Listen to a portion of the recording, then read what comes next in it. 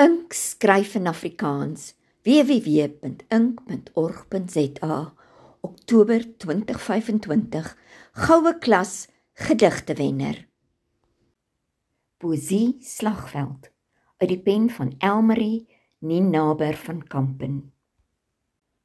Ons poesie, verpletter woorde, laat dit splinter in rympatroon skrapnel. Die aanslag van ons voordrag koers in bane op die teiken af en laat wonde van perfekte woordharmonie in die binneoor.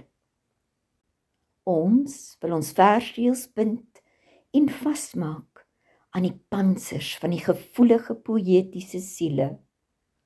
Ons wil diepte skep in ons versklank en daarom versier ons die binnemure van ons verse met al die ryker skakerings van poesie.